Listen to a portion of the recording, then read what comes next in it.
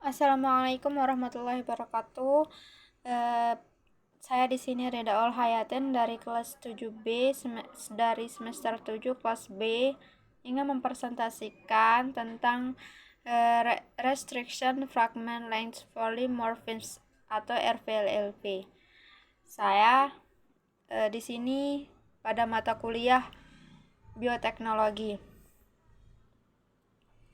Apa itu RVLP?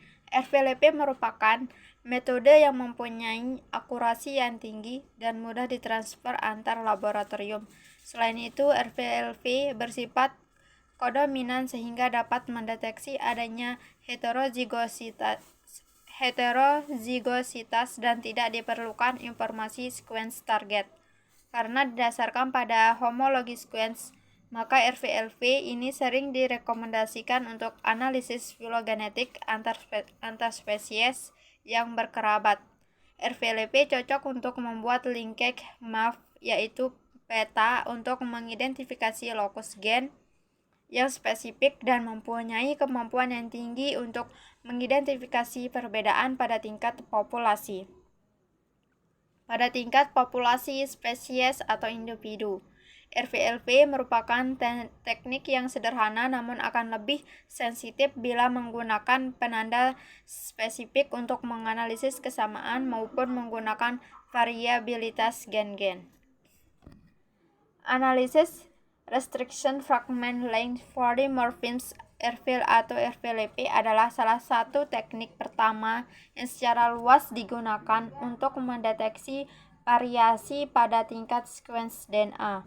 Deteksi RVLP didasarkan pada adanya kemungkinan untuk membandingkan profil pita-pita yang dihasilkan setelah dilakukan pemotongan oleh enzim restriksi terhadap DNA target atau individu yang berbeda.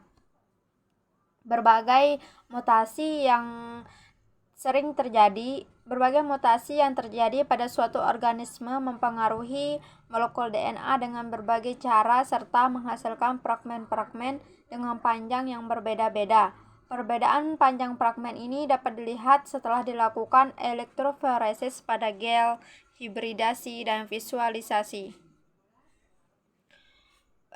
Di sini prinsip kerja atau teknik laboratorium pada RVLV itu ada 4. Yang pertama yaitu isolasi DNA atau RNA. Pada isolasi DNA atau RNA merupakan langkah awal yang harus dikerjakan dalam rekayasa genetika sebelum melangkah ke proses selanjutnya.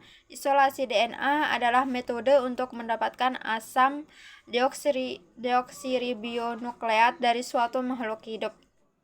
Yang kedua yaitu pemotongan dengan enzim restriksi.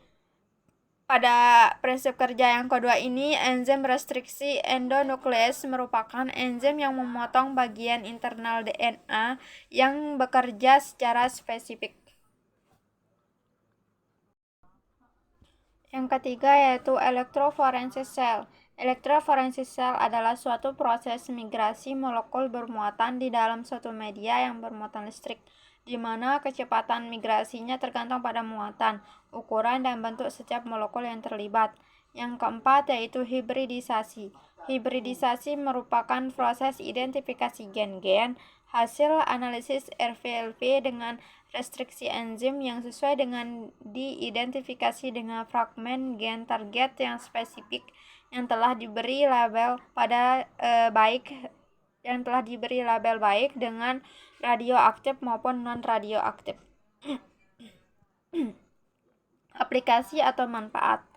Di sini aplikasi atau manfaat dari RVLP itu sendiri yaitu kekurangan RVLP adalah dibutuhkannya DNA dengan kemungkinan yang tinggi dalam jumlah banyak. Yang kedua, tidak mungkin dilakukan otomatisasi. Yang ketiga, pada beberapa spesies mempunyai level polimorfisme yang rendah. Yang keempat, sedikit lokus yang terdeteksi. Yang kelima, memerlukan pustaka probe yang sesuai. Yang keenam, membutuhkan waktu yang banyak. Yang ketujuh, membutuhkan biaya yang besar. Dan selanjutnya itu berbagai kelebihan penerapan dari marker RVLP antara lain menduga hubungan kekerabatan dari beberapa individu yang dianalisis, menduga ada tidaknya variasi genetik dari koleksi nutfah, memonitor proses seleksi atau melalui linkage berbagai karakter. Yang keempat, memilah-milah komponen genetik dari karakter kuantitatif. Yang kelima, menganalisis gen yang berasal dari proses transformasi genetik. Yang keenam, bersifat kodominan sehingga dapat mendeteksi adanya heterozigositas. Yang ketujuh yaitu memiliki kemampuan memisahkan yang tinggi pada tingkat spesies populasi. Sekian presentasi dari saya. Saya akan menyimpulkan sedikit dari RVLP itu sendiri.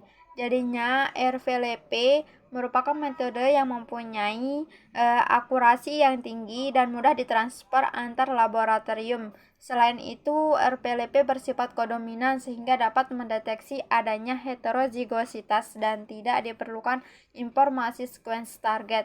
Karena didasarkan pada homologi sequence, maka RVLP ini sering direkomendasikan untuk analisis filogenetik antar spesies yang berkerabat memiliki kemampuan memisahkan yang tinggi pada tingkat spesies atau populasi.